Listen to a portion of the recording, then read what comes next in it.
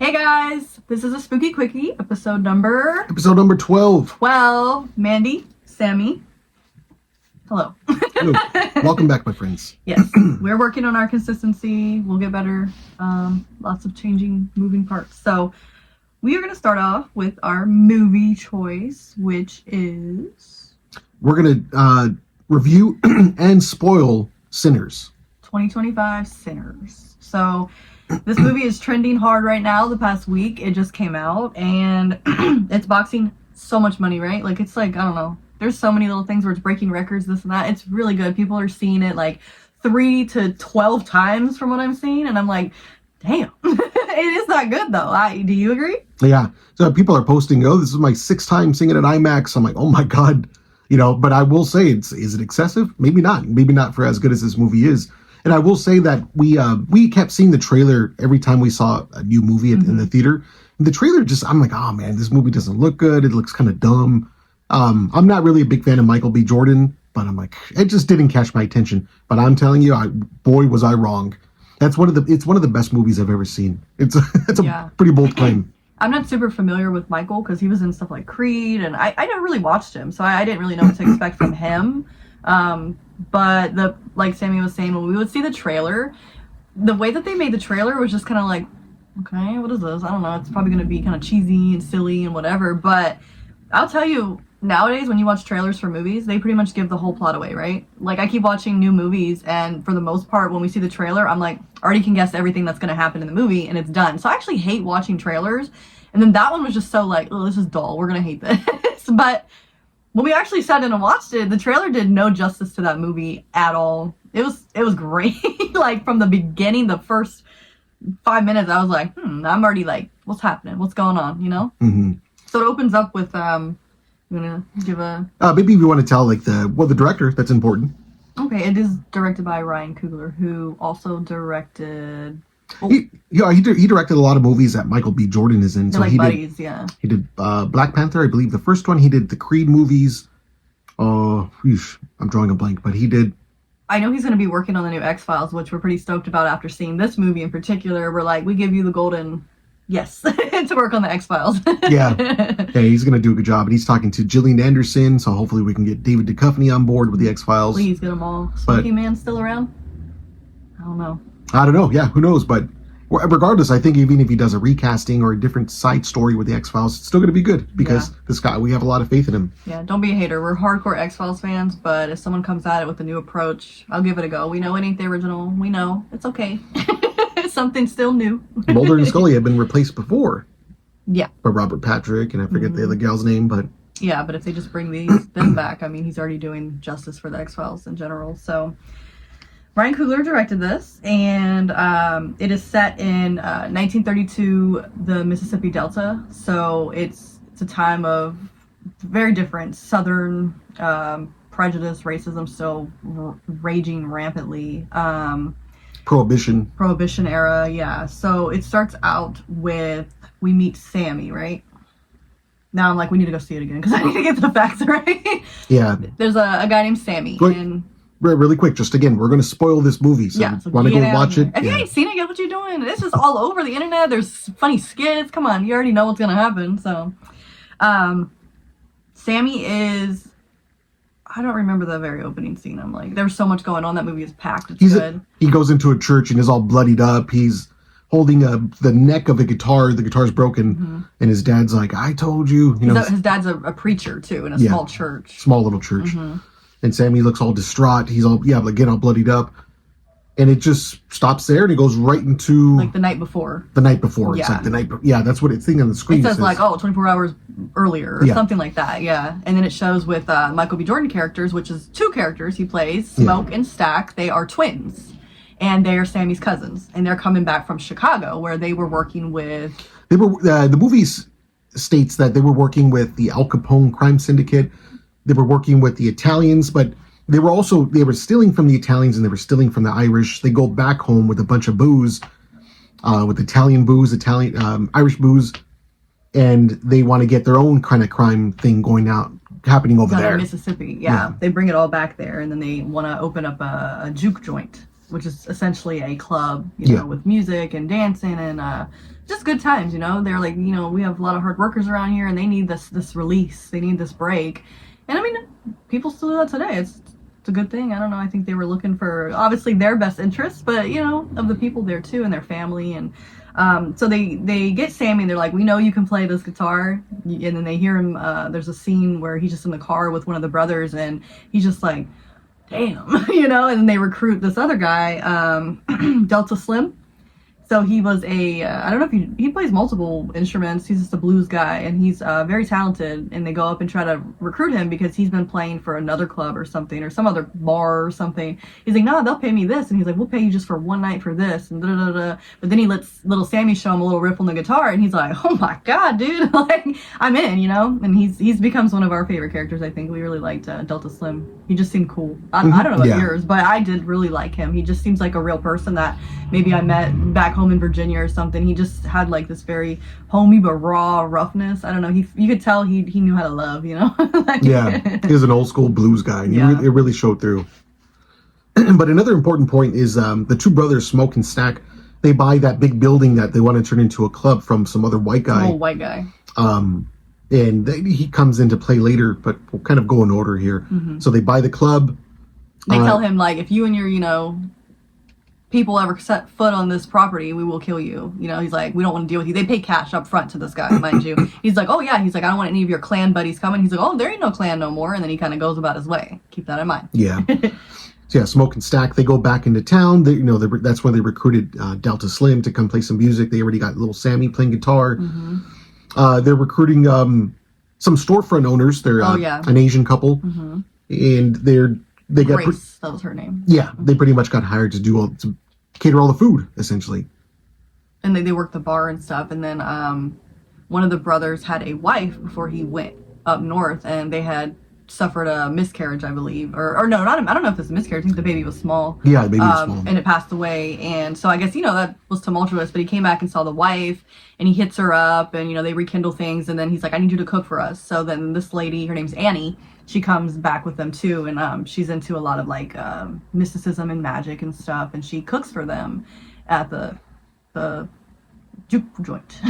So that happens, and then when they're recruiting the Delta Slim guy with the other brother and Sammy, this white woman is like kind of stalking in a way, like standing just staring, and Sammy's like, hey, there's this white lady back there, and the dude's like, well, the brother's like, what? Like, are you sure she's white? And he turns and he sees her, and you can tell something's going on. And like that whole scene's really funny, what she says to him and stuff. But basically, it was someone they all grew up with, and her grandfather was like half black, I believe. And they say was black, I think. Oh, okay. So at some point, she's like a fourth black somehow, and so they're like, oh, okay. She was raised with all of them and stuff, and she starts sleeping with one of the brothers, and they pretty much like fall in love. It's a whole thing, and she's really hurt that he left her, and it just becomes this whole thing. But she ends up showing up at the club, and her name's Mary. So yeah, that's pretty much that's the setup into all the details that come into play right before. And some of the characters. The characters, we meet a lot of cool characters. And that's pretty much all happening before they get to the club. And I would say the movie takes place in the time span of really one day. Yeah, it's literally 24 hours. It's a 24 hours, yeah. So in all this, the movie kind of cuts back and forth, and there's this one scene where these Native American dudes are chasing this guy, and he's like running. It looks like he jumps out of the sky, right? And he's running into this house. Yeah, he's running into this house, and he's all bloodied up, and he knocks on the house, and the guy's like, please help me. I'm getting chased by these guys here. And they look a little skeptical, but they're like, okay, come in. He's another white man, and it was a white couple, and they're like, all right. So the Native Americans get to the door and ask the woman, the wife, did you let in this guy? We're looking for this guy. She's like, I don't know what you're talking about. He's like, be careful, because this guy's not what he seems to be. It's very dangerous. And they're like, the sun's going down. She's holding a gun, mind you, the whole time. Yeah. Yeah. They're like, the sun's going down. We need to leave. So they take off. They say, like, God protect you. And then they leave. Yeah. And that's it. I wanted more of them, but that was it for the natives. So we're hoping for part 2 with a little backstory. But anyway, the lady goes back into her house, right? Yeah, she looks for her husband. She's like, where are you guys? And she don't hear no noise. Then she sees the guy that was running is all sitting on a chair, all full of blood all over his mouth. And that's when you learn he is the vampire. Mm-hmm. And she sees her husband on the ground, and it looks like he just got ate. But then as soon he comes back, right? Yeah. And then there's, in the background, you notice, like, there's like a crib but nothing ever is said about that either. It's just kind of like weather crew. So I almost feel like they lost a child as well. It's kind of one of the conspiracies or like backstories, like to go along with. Remember, I said one of the brothers and his wife lost a child, so it's trying to like relate people, you know, from different sides and stuff. Ryan Coogler, there's a lot of stuff like that I'm not even aware of, but this movie has a lot of that, just little hidden messages and metaphors and stuff.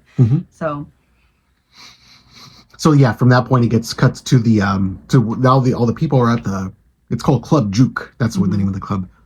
So they're all there, they're all partying and stuff, they're all getting going and drinking, having a good time.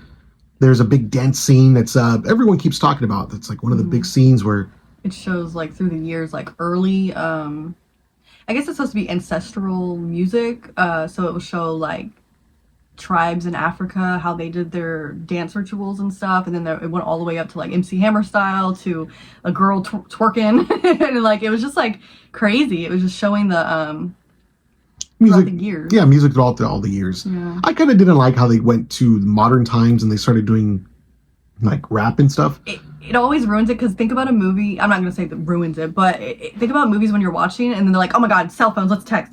It's kind of equivalent to that, right? It's too modern. Like they should have went up to maybe like the 80s, you know, like a rocker, I don't know, like even just the 80s rap compared to like the twerking and the cell phones and like, I don't know. What do you think? Yeah, I don't know. It just kind of almost threw it off. The guy's a great director, but in my opinion, it could have been left without it. But, you know, a lot of people would disagree with me, too. It wasn't horrid, but I remember we looked at each other on certain parts, and we were just kind of a little bit confused on that part. But I guess it's showing from the future as well. They do say that, so we should be aware that they would bring in future aspects. But that always just kind of gets into a whole nother level of like, oh, so now it's like story, psychic, I don't know. It's kind of weird. Yeah. So, yeah, they're all partying, having a good time. Then things kind of start going south. That's when we get introduced again to the main vampire. His name is Remick. He's an Irishman. And we see the two people that he just converted into vampires. The husband and wife. The husband and wife. So it's three of them. They're creepy. They show up to the Club Juke. They knock on the door and they're playing this weird, creepy song. Do you remember the song name? Damn. Something about eating people, but it's like a nice country song. It talks about Robin or something, like picking the bones of Robin or something, yeah. Yeah, there's like a bluegrass. They have like a it's real nice. Bluegrass music trio. It's real pretty. They're like, please let us in. And they're like, hell no. No, this is a black only club. But one of the brothers is kind of like, hey, they ain't bad. And then they're like, And then they see Mary and they're like, why is she in there? And then they're all cool with Mary. And then, the Annie, the wife of one of the brothers, she's like, she's family. She's with us. Yeah. So it's like counted for, you know? So they're trying to get in and... obviously, because they're vampires. Yeah, they can't. They have to be invited in. So eventually the quarter black girl, what's her name again? I'm sorry. Mary. She goes outside. Because I'm trying to think of the setup for I think her and the one brother, he's a little bit more of like the under the ground. He does dirty shit, you know. He's more the money guy. The red hat guy. He don't matter what color it is. He just wants to make he's money. like, because he sees that some of the people that are coming in, they're working horrible wages. So they made their own money, which are these little wooden coins, and amongst themselves, and they kind of pay each other for whatever they need. So they're like, we don't want this fucking wooden coin, you know. He was like, I don't want that shit, I want real money. So he's like, I bet those white folks got a lot of money. And then that's when Mary's like, all right, let me try, because she knows she's white. She's like, maybe I can just see, like, hey, let me invite them back, let me see if they're good people, is what she says. Let me check if they're good people, they'll open up to me. And then she goes out there and they sing a weird ass song looking at her again. that was kind of haunting when they were playing that song. But they flash a gold coin. Oh, it's a little gold, what are those called? Shillings, or what is it? It's like an old gold coin, and they flash it, and I think the brother sees it, and he's like, oh man, I want that. Anyway, she goes outside to kind of gauge to see what kind of people they are. And they hand her that. Like, they bring it out. Yeah. And then they sing the creepy song, I don't know what order. And then she's kind of like, and then when he's singing, what happens to her? His eyes start turning red, and he starts drooling. This drool comes. Yeah. And she's like, oh shit, okay. She gets up, walks away. But then you don't see anymore. Yeah, and you can see him flying up in the air, and it just cuts. You think he's going to grab her. Yeah. So that's when the movie really takes a turn. Yes. She comes back to the party, and she's just like different somehow. She's very like confident before. I mean, she was confident, but she's just like struts right up to that dude, because they've been fighting, because he's kind of like, leave me alone. He keeps saying that. You find out later that he just loves her and wanted her to be safe and not be seen with the black man, you know. But she just goes right up to him, all over him, gets him alone in a room. And what happened? That was an interesting thing. So they're going at it. The girl, Annie? No, her name's Mary. Mary. Annie's the wife of the other brother. Okay, yeah. Mary and the brother are going at it, and she starts drooling too, and he's like, "Oh, put some of that in my mouth." No, he's like, "You're drooling or something," and she's like, "You want some?" And he's like, and that scene, everybody, like, oh. She spits in his mouth. So it's just kinky, and then the little cousin Sammy is looking right for the brother. Yeah, he sees that. No, he opens the door and he just sees her on top of him, and you don't realize that she's about to just vamp him out. He thinks they're just banging. Yeah. Remember? And then he goes and the brother's like, "Go get him." And he tells him, he's like, "I tried, but he's in there getting some, you know?" And he's like, "I don't give a you know, and he wants to go in there. So the brother goes in there. And at that point, Mary already eaten him. Yeah, she tore apart his neck. Mm-hmm. She got to him. He was messed up. So he's dead, essentially. He's on the floor. Then that's when they start turning out other people. There's a cool character named Cornbread. Yeah. He goes out to go take a leak, and they get him. Mm-hmm. He comes back, and he's just, I don't know, like when they turn into vampires, it's scary. They just talk different. They just, like, a confidence level of, like, "Hey, dude, come on." Like, yeah. I don't know, it's weird. He's like, "Please let me in." You know, Cornbread's asking, because Cornbread, this guy was like a field worker. He was a field worker, but he's the security guard. He's the door guy. He's a big boy at this club. Yeah. And he's like, "Come on, let me in, please." He's like, why, how come you're asking to let me in? He's like, "You've been in this club You've the whole been day." sitting here the whole time. He's like, "Why are you asking?" Delta, right? He got Delta watching the door. Yeah. Delta Slim. And then Delta's like, "What? What's going on?" So, but it's just, yeah, that part is of all the, when they're converting these people into vampires, it was scary. The way they look too. But yeah, you could tell something about them. But anyway, they all like, somehow Mary runs out and she's like, "Y'all all gonna die tonight," or something, right? And then she runs out. Mm-hmm. And then at that point they think the brother's dead and the twin is holding his brother and he's like, "Oh my god," or something. I don't remember exactly how they end up making him like, "Come on, we gotta get out of here." And then they start realizing Mary, Annie, the wife of the other brother, is like, I think I know what they are. And she starts talking to him. She's like, "They're vampires." And she's like, "You need to get away from him." Because she knows all about that stuff. You know, she's like really the only one that's real tuned in with that world. And like, they're like, what the hell? But people like Delta and everybody's like, "I think she's right." You know, these bitches are, it's crazy. And then it just goes from there where like the brother, they end up shutting the door on the brother because he tries to attack him. And he's like, "Come on, man, it's me." Or they hear him knocking on it, right? They're like, "Let me out." And they're like, "That ain't your brother no more." Mm-hmm. Remember? And he's in there. And then it just gets worse and worse where some people in there are vampires and they start realizing like garlic, they don't like garlic. And then the lady's like, "Everybody eat a piece of garlic." And one of the girls is like, "I don't like the taste of it." And they're like, "We're gonna get you." And then she eats it. And then Delta Slim, he's just an old dude. Like, he done tore his body up with alcohol, drugs, whatever else. And he eats it and he starts like, and they're like, "Oh God, he's one. But then he's just like, "Oh, sorry." Like, "I got it. It's good." He just hated it or something. Yeah, he was such a great character. He's a silly. He's kind of like the comic relief in a way. He's funny. Yeah, he was. But then he just gets to the point where they all gather around together and they're all like just vampire buddies. They're family now. Once you bite one, you get all their memories. You get all of their everything. Because then eventually they get the Asian lady's husband. He goes out there trying to get the car because she's like, "I'm getting the hell out of here. Let's go. You know, I'm not here to help them for this. I didn't say I would be here for this. We're leaving, you know." And then he goes to get in the car and then all of a sudden he's like, "Let me in, baby," or something. He's weird. That ain't him. But they all start kind of like talking similar because they have like a ecosystem. They're all together as one. Once you're a vampire, you get the knowledge. So even he starts, Remick, the main Irish vampire, talks to the wife and he starts speaking Chinese and she's like, "Oh, hell no." Like, you know? So nonetheless, that keeps happening. And then is there any key points in between there and then like the big fight? Yeah. Well, they just keep turning these people one by one. They keep, you know, getting one to come out and, so eventually they got a big group of vampires now. And there's a cool scene when they're all outside, and it's almost like a musical scene. I will say I don't like musicals, but we hate musicals. But this isn't like that. But it almost. It's not. It's slightly, I don't know. It's on the good side still. But this is really cool scene that, so the main vampire, Remick, is Irish. So they're all outside, and again, when they become vampires, they all gain each other's knowledge. Uh-huh. So Remick, I'm sure you've seen these Instagram clips of this Irish song. This is what that's about. So they're all dancing outside. Dublin. Yeah, it's a Dubliners song, the band the Dubliners. And they're all singing it and doing river dances and they're all clapping and it's like a bunch of... It's a great scene, yeah. Everybody. You got Mary and the rest of the people. So everyone that's been turned.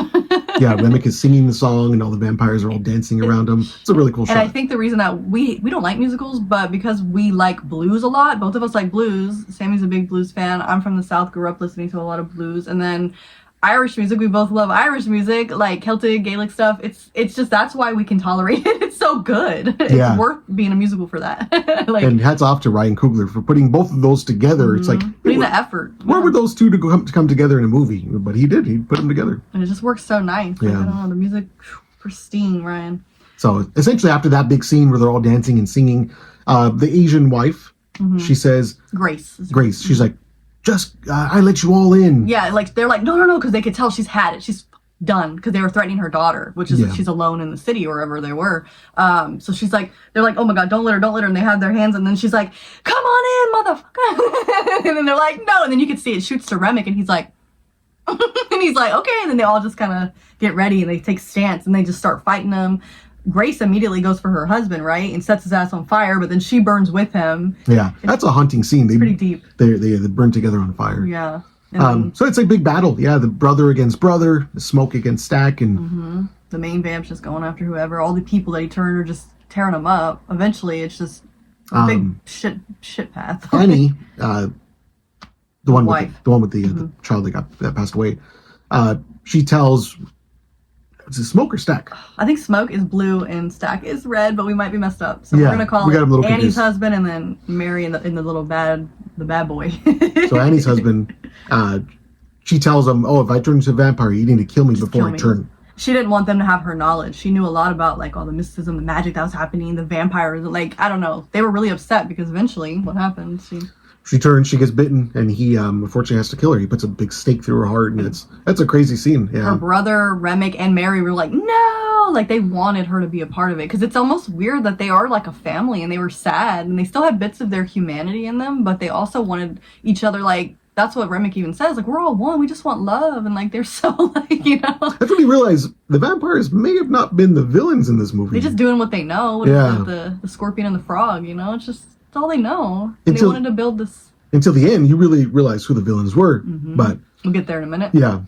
So then it's just like, our boy, Delta Slim, he just takes one for the team, helps him get away, blocks him, and does his thing. He dies.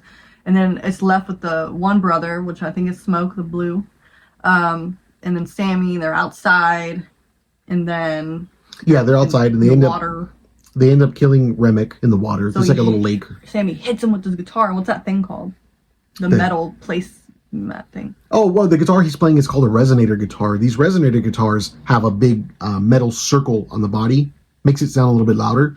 But he pretty much hits him with that thing. And it comes off, and it hits him in the head, and he's got this metal, shiny... Yeah. It's like a hubcap. So, in all this time, the sun comes out, and all the vampires burn up, and... Yeah, because it's already dawn. You don't see at the time, but Stack and his girl, Mary... run away. They escape. And you just assume everyone burned up, but some people were able to find shelter before then. And there was a scene where Smoke was almost going to kill Stack. They were fighting, and he came very close to killing him. You don't really see what happens after that, but it comes into play at the end, too. Yeah. So basically, it's Sammy that hits him with the guitar, and he doesn't realize, but Smoke, Annie's husband brother, he comes up from behind him and stakes him. And then you see him, and they're like, oh god, and all the vampires burn up, and then they're fine, and he tells them, go on home, and that's about the part when Sammy's walking home. In the beginning, we saw him walk into the church with his dad and all the people, but then Smoke, I'm assuming, we're the worst, Blue brother, he stays there, and he waits till morning, because he already had, since they all shared knowledge of the vampires, at some point, one of the vampires was his brother. He's like, dude, just come with us, be a vampire, because Remick knows. He said, that man that sold us this property, him and his boys were coming this morning. He's the grand wizard. He's like the red dragon of the whole Ku Klux Klan. Like, he lied to us and straight up said that they were already planning on coming, and they had that knowledge, and they weren't lying. He was being truthful, because in that morning, he was ready. He had shit already planned. He was in the bushes. He locked it. They were coming in, and it was him and all the boys, all the white guys, and they were ready to kill him. And then he just came out with, he was in the army, right? Or he was a soldier somehow. Yeah, they were a part of World War I. Yeah, so he came out and he had his guns blazing, and he just shot a lot of them, and then it was the main big boy was left. And he was sitting there dying, but he had been shot too, and he was dying. Yeah. And then it was just like, and then he starts having a vision of his wife and the little baby that they lost. And he's like, come on. And he was smoking a cigarette. She said, put that out. I don't want the smoke on her. And it was really like nice and sad, but nice and beautiful. That scene reminded me of Gladiator. when Maximus is about to die, anybody sees his family and stuff. And I know he probably took inspiration from Gladiator. Yeah.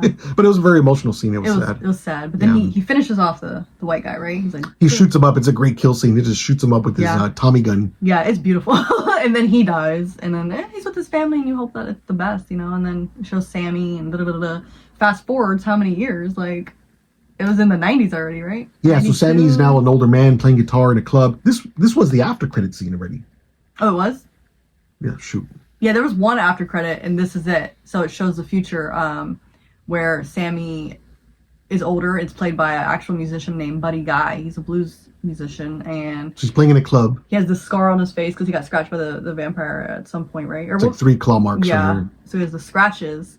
And then you see that that's on him, and you're like, oh, that's him. And then he's like, just finished a concert, and then the guy's like, hey, boss, somebody's here. I told him it's after hours, but they said let him in. And he gets a hint, like, let him in, you know? And he's like, tell him, come on in.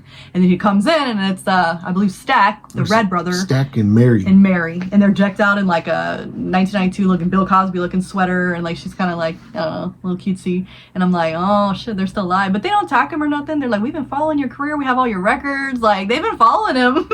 He's still human. He's in there. Yeah.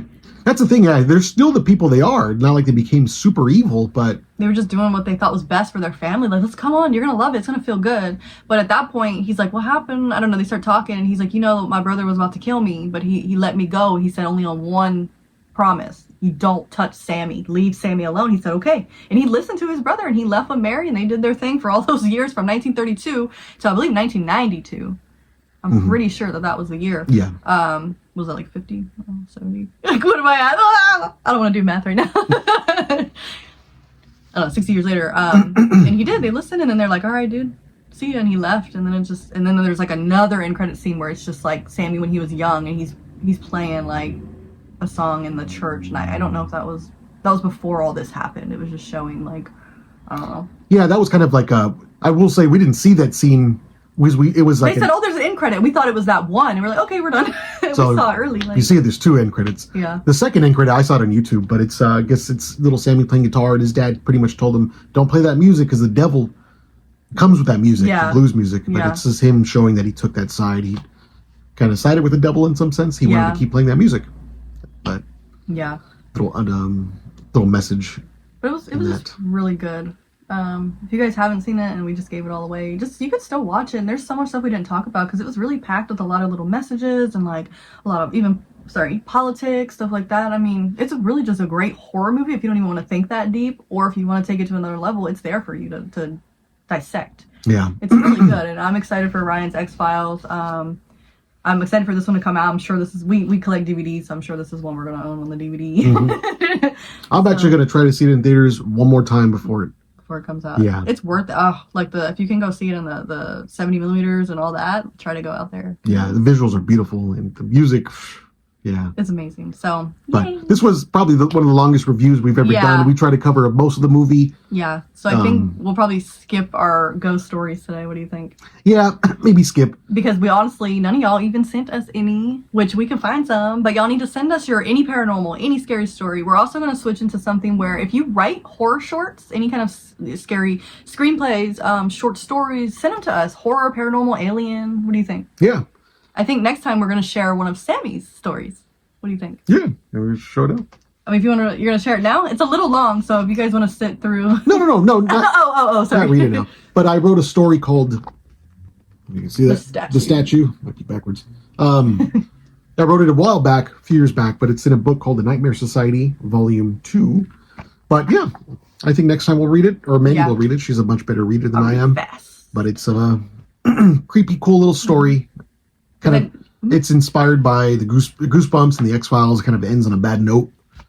It ends in a to be continued type thing. So next Part time. 2. But yeah, we're gonna switch to this because I know sometimes we exhaust everyone's like ghost stories. Somebody, I can't imagine everyone's experiencing a ghost story a day of their life. So I get it. It's hard to find ghost stories all the time, or like stories that haven't been repeated a million times, common ghost stories, campfire stories.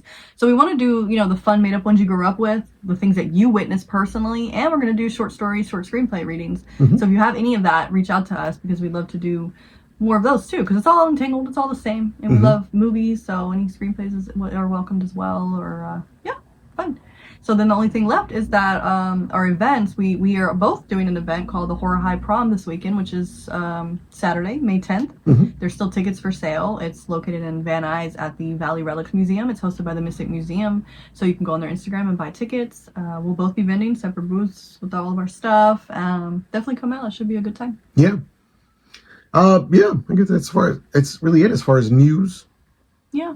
More spooky stuff. We'll follow up with more stuff if things pop up. Got a lot of cool stuff we're working on. Probably shouldn't say it, but in future episodes we'll release some more details, content, and little projects and stuff coming up. So thank you guys for tuning in. Yeah, thank you for listening. Hopefully one of these next ones we'll do a ghost hunt. We really want to invite people to a group to do the ghost hunt. That'd be fun. Yeah. So if you guys want to do that, tell us so we can push it forward. If we see interest, we're going to want to do it faster. There's a lot of places. And if you know more haunted places around LA, specifically around like Pasadena or even downtown, I don't know, I might be pushing it. But anywhere around LA, just let us know. Yeah. Hey, really quick too, going back to Sinners before we end the podcast, what was your rating on Sinners? And mind you, Mandy is one of the harshest raters I've ever met in my life. She never gives 10s, never even gives 9s. It's very rare. Yeah. I usually like to watch a movie twice before I give it my full, but as of this moment, watching it in theaters, reading about it, I literally give that movie like a good solid 9.1. And that's like for me, that's hard to get. It might go down if I watch it again and I'm like, maybe it's not as good because the first time sometimes is magical, but I don't know. At this moment, it's probably one of my highest rated movies outside of like Forrest Gump. Yeah, I'm telling you, that says a lot. Yes. Some movies I think were amazing, she's given like a 6.2. I'm like, oh my God, what? My rating is, it's a 9.9. There's that one point is just something I don't really like in the movie, but that's just my taste, my opinion. It's a preference. It's just one of the best movies I've ever seen. So please go out there, watch it. It's a big thing for horror too, because that movie is doing so well, and other directors and other studios are going to see like, oh shit, I guess people like horror. Yes. It's a big time for horror movies right now. Yes. So that's really good news. We need some new horror. I'm okay with some remakes, but original horror is my favorite. Yeah. I want some new monsters. Yeah, got a lot of cool movies coming out this year. We have a lot more reviews on these movies. The Conjuring, The Last Rites. I can't even think. It's too many. Five Nights at Freddy's. I'm excited for that one, part 2. Yeah, yeah. But nonetheless, thank you guys for watching. You guys. Until next time, see you. Bye.